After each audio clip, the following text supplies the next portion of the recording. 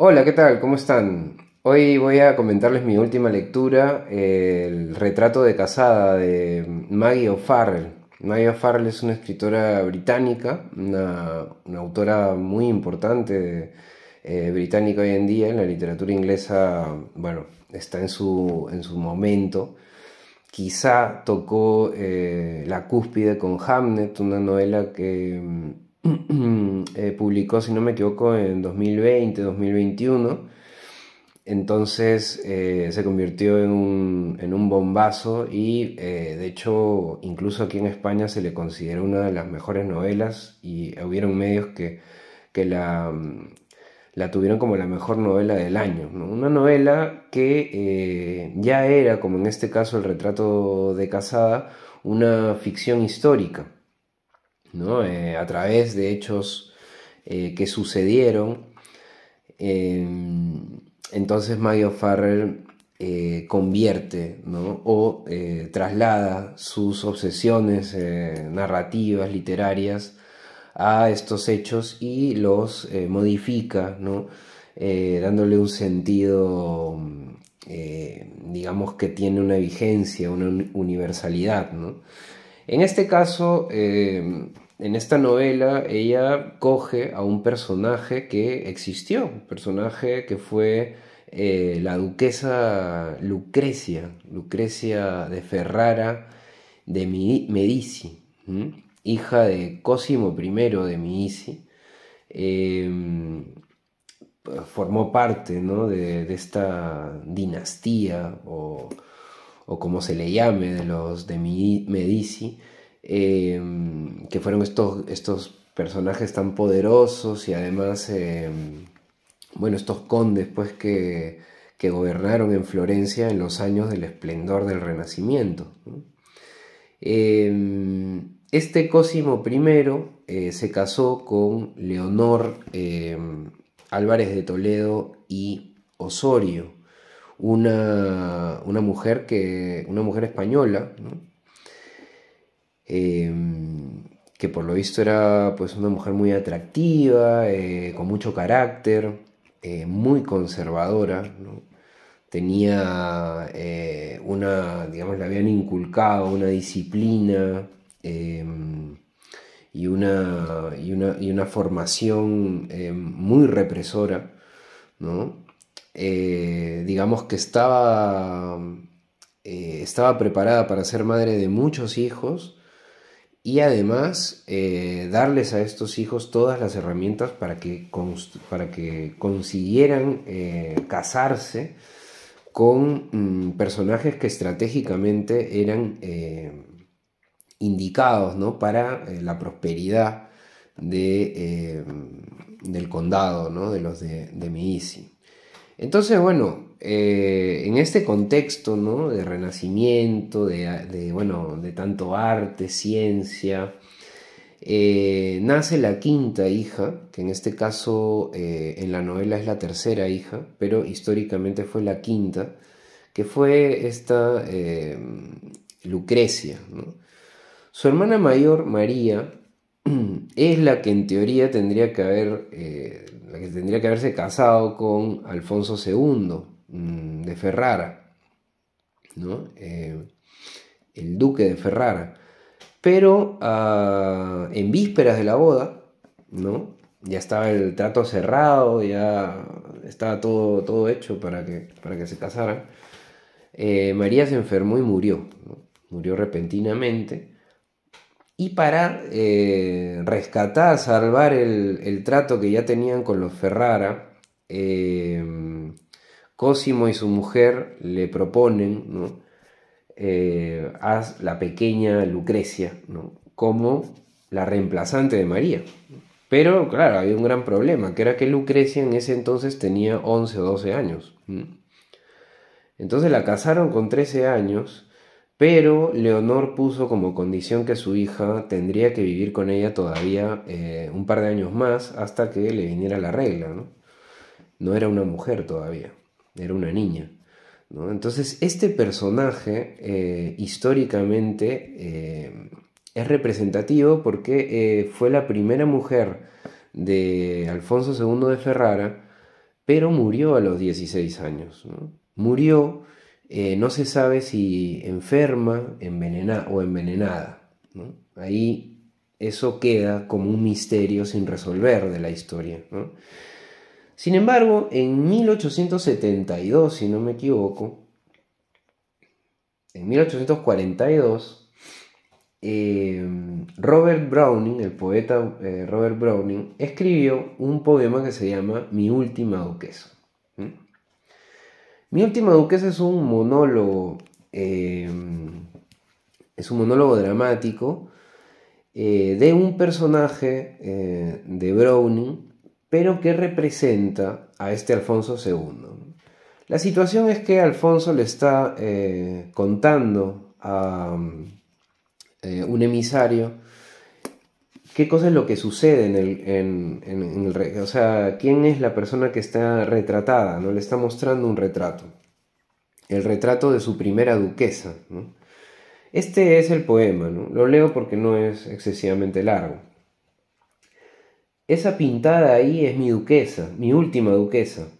Parece que estuviera viva. Considero esa obra una maravilla.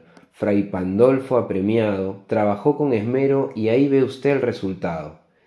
¿Quiere sentarse un rato a mirarla? Nombré a propósito a Fray Pandolfo, porque sé que al ver mis invitados la expresión retratada, la hondura y la pasión en su honesta mirada se dan vuelta hacia mí. Como bien se imagina, nadie que no sea yo descorre esta cortina, como si pretendieran, de atreverse conmigo, preguntar sobre el brillo del retrato. Le digo, no es usted el primero, y que el tierno rubor no es la mera presencia de su esposo y señor. Pandolfo se atrevió quizá a decir, el manto vela así la hermosura de la muñeca, o cuánto lamento que no pueda el arte hacer justicia al modo en que el matiz de la luz acaricia el cuello de la dama. Eso era un inocente cumplido, creería ella, motivo suficiente para encenderse así.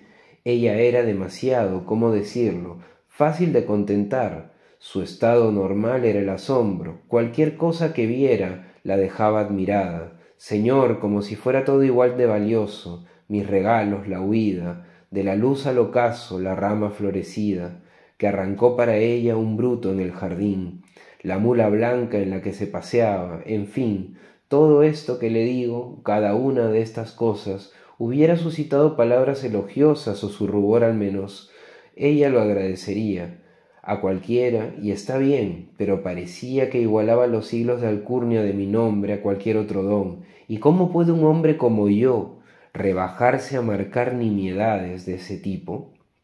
Aun si uno tuviera habilidades, que por cierto no tengo, en el arte retórico para poder decir de modo categórico a alguien así, eso estuvo muy bien, eso otro mal, en esto faltó un poco, aquello es lo ideal, y aun así ella se dejara leccionar en todo, sin pretensión, igual sería en cierto modo rebajarme, y no me rebajo jamás. Me sonreía, sí, pero ¿a quién no además? La cuestión empeoraba, di instrucciones precisas, y entonces se apagaron de golpe las sonrisas. Ahí está como si siguiera viva. ¿Vamos? Abajo nos esperan. Respecto a lo que hablamos, le repito, la célebre y probada largueza de su señor el conde brinda plena corteza de que no habrá problemas de dote, aunque obviamente su preciosa hija en sí es lo que tengo en mente, como dije al principio. No, bajemos mejor juntos. Reparen ese Neptuno en su esplendor, domando a un hipocampo fundido en bronce, ahí, una rareza. Lo hizo Claus de Innsbruck para mí. Bueno, este poema de Browning es la versión ficticia de Alfonso II, ¿no?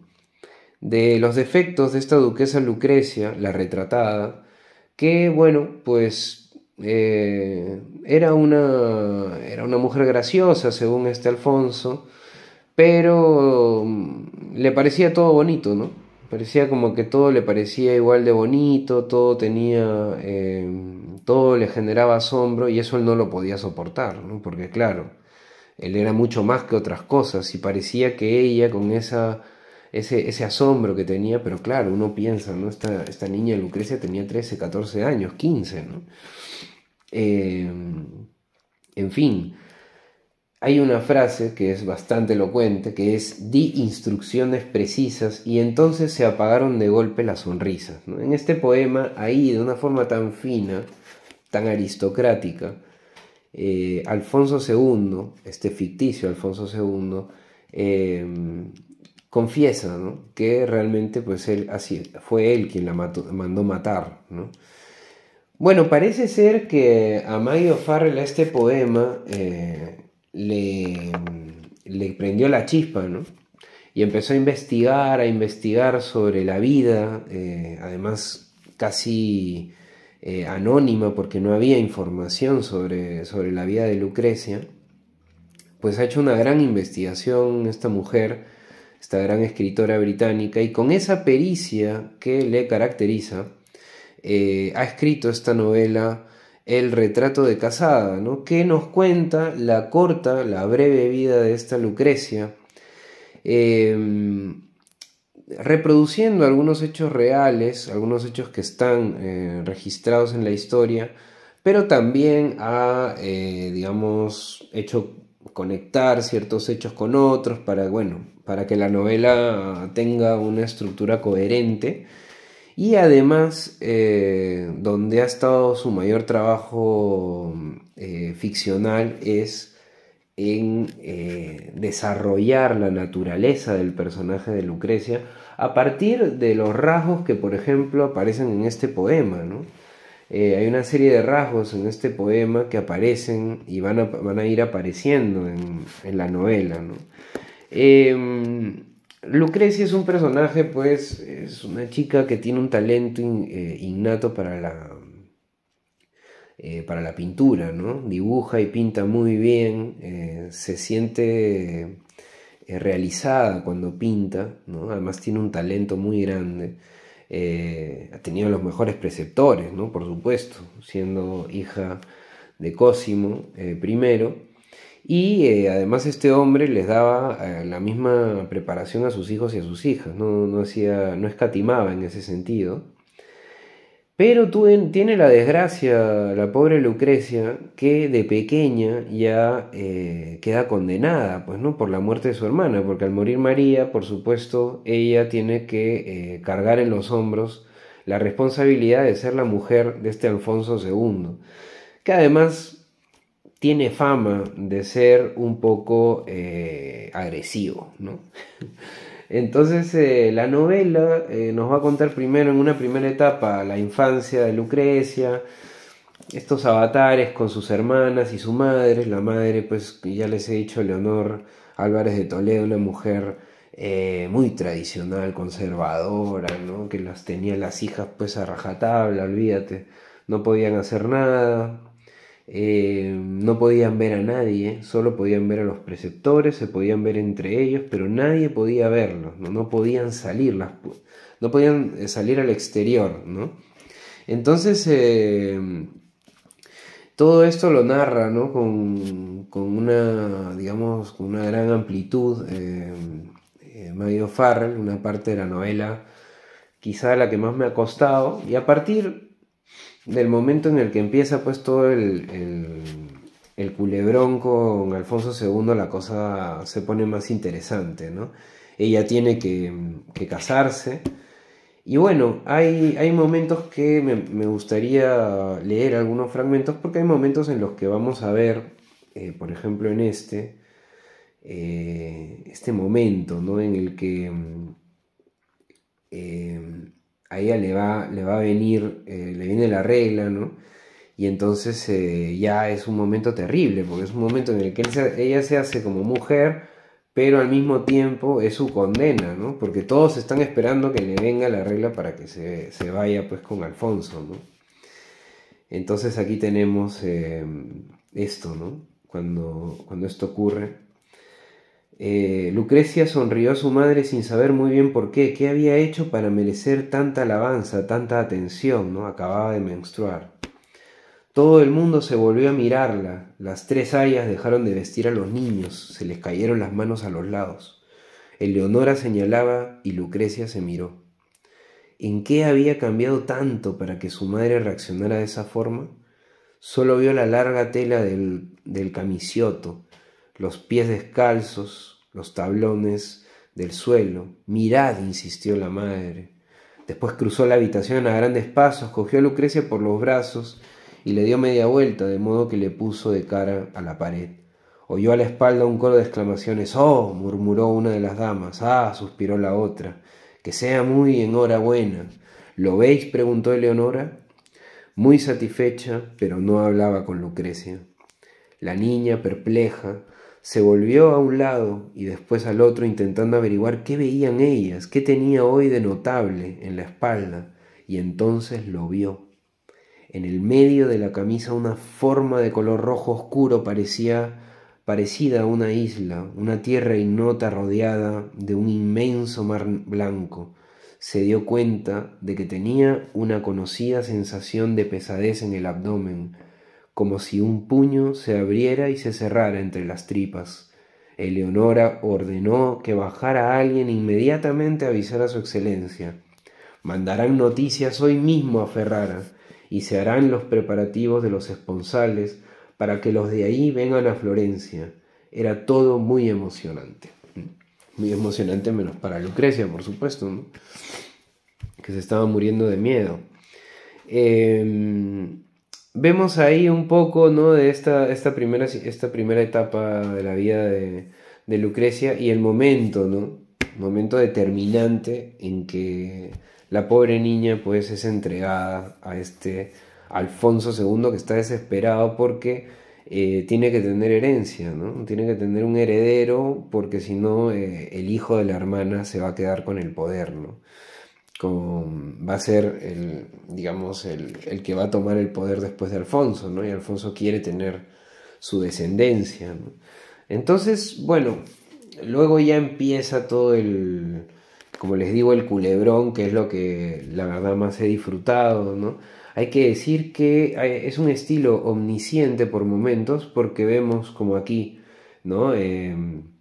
Mandarán noticia hoy mismo a Ferrara y se harán los preparativos de los esponsales para que los de allí vengan a Florencia, ¿no? Hay momentos en que el narrador se aleja y además se fija o puede ver lo que hacen y lo que piensan otros personajes que no son Lucrecia. Pero los mejores momentos de la novela es cuando el narrador es equisciente, ¿no? Aquisciente. Cuando el narrador es aquisciente, cuando el narrador es cuasi omnisciente, es decir, cuando focaliza en la mente única y exclusivamente de Lucrecia, entonces aumenta, digamos, la tensión narrativa, ¿no? Porque hay toda una tensión en torno a qué va a pasar, ¿no? Siempre hay como una sensación de amenaza.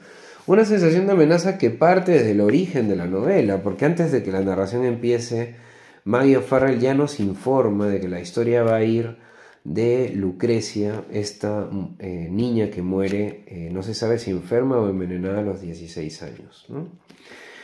Bueno, para hablar un poco de la escritora Maggie O'Farrell, el Libros del Asteroide tiene también la publicación de esta Hamnet, que es pues el gran bestseller del 2021, pero tiene otros libros que son interesantes y que quería comentar, sobre todo uno de ellos, ¿no?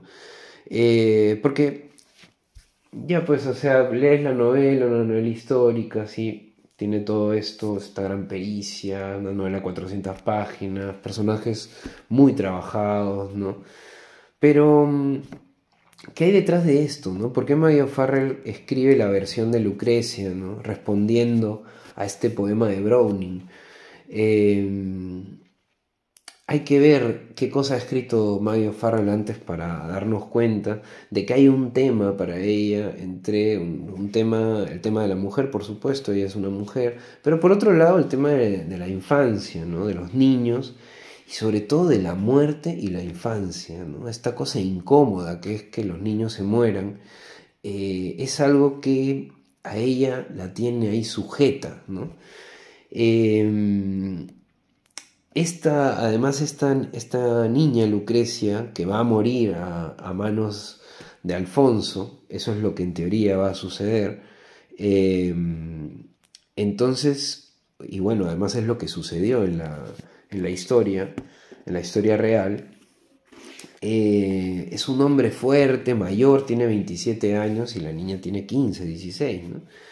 Es un tipo fuerte, ¿no? Y entonces, ¿por qué poner en esta situación de amenaza, de violencia, de una violencia además silenciosa, ¿no?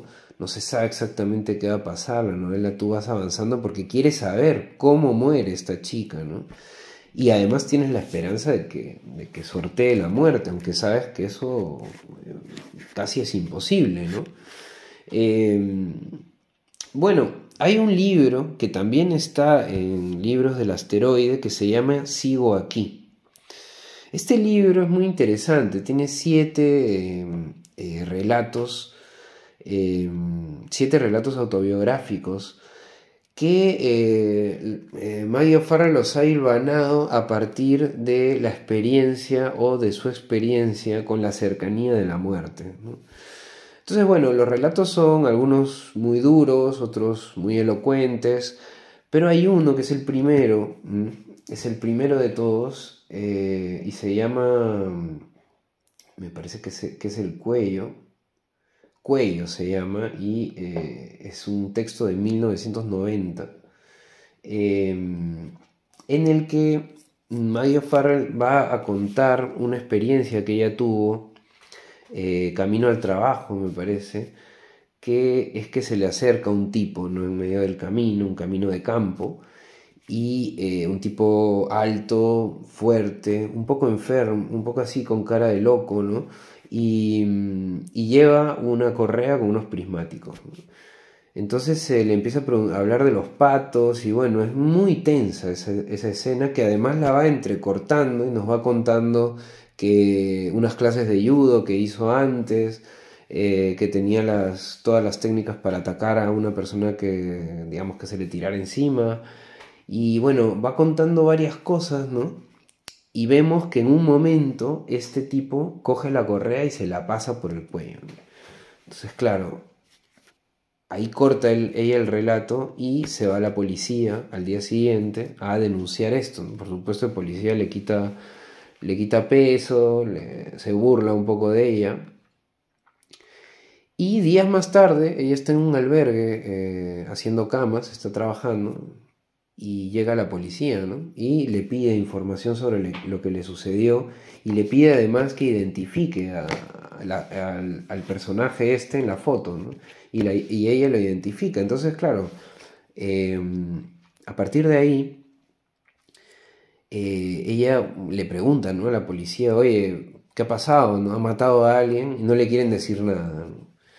Días después ella encuentra la noticia de una chica neozelandesa que fue asesinada, violada y asesinada estrangulada por este tipo y que la enterraron, ¿no? Ahí, por ahí por el camino, ¿no? Y la encontraron unos días después, era una turista. Y entonces ella se queda con esa cosa, ¿no? Se queda con ese miedo. De hecho, no, ya no puede resistir que nadie le toque el cuello, ¿no? Porque le ha quedado como una sensación ahí rara, ¿no? Y el final es muy interesante, ¿no? Porque al final coloca una pequeña escena con su hija, ¿no? Con una hija pequeña, con una niña, ¿no? Y dice, hace poco mi hija señaló la cima de una montaña que se veía desde el camino a la escuela. ¿Podemos subir algún día? ¿Podemos subir allí algún día? Claro, le dije, mirando la cumbre verde. Tú y yo solas, me quedé un momento en silencio. Podemos ir todos, le dije, toda la familia. Atenta como siempre al estado de ánimo de los demás, enseguida captó que le ocultaba algo. ¿Por qué no tú y yo solas? Porque seguro a los demás también les apetece. Pero ¿por qué no tú y yo solas? Porque, pensaba yo, porque ni siquiera soy capaz de empezar a decírtelo, porque no soy capaz de nombrarte los peligros que acechan a la vuelta de las esquinas, en las curvas de los caminos, detrás de las peñas, en los bosques enmarañados, porque tienes 6 años, porque en el mundo hay gente que quiere hacerte daño y nunca sabrás por qué, porque todavía no sé cómo explicarte estas cosas, pero un día sabré. Pues parece que esto quedó, ¿no?, dentro de Mayo Farrell, y leyendo el poema de Browning, viendo esa desfachatez con la que Alfonso II le cuenta al emisario, aunque sea una ficción, sobre esta niña, esta duquesa, su primera mujer fallecida, ¿no? Y se justifica, ¿no?, de haberla mandado a eliminar.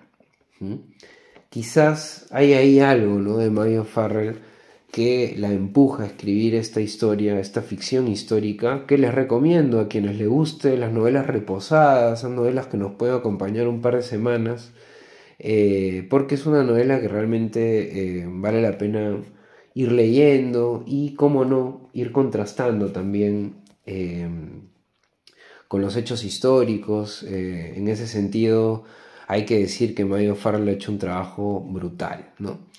Bueno, con ello y con esta historia, tanto escabrosa, pero que también tiene puntos de gran ternura, de gran inocencia, porque no olvidemos de que hablamos y de que nos focalizamos en la protagonista que no llega ni siquiera a los 16 años. Con esta novela y esta última reseña quiero desearles un gran año, un gran 2024, y nada, seguimos leyendo.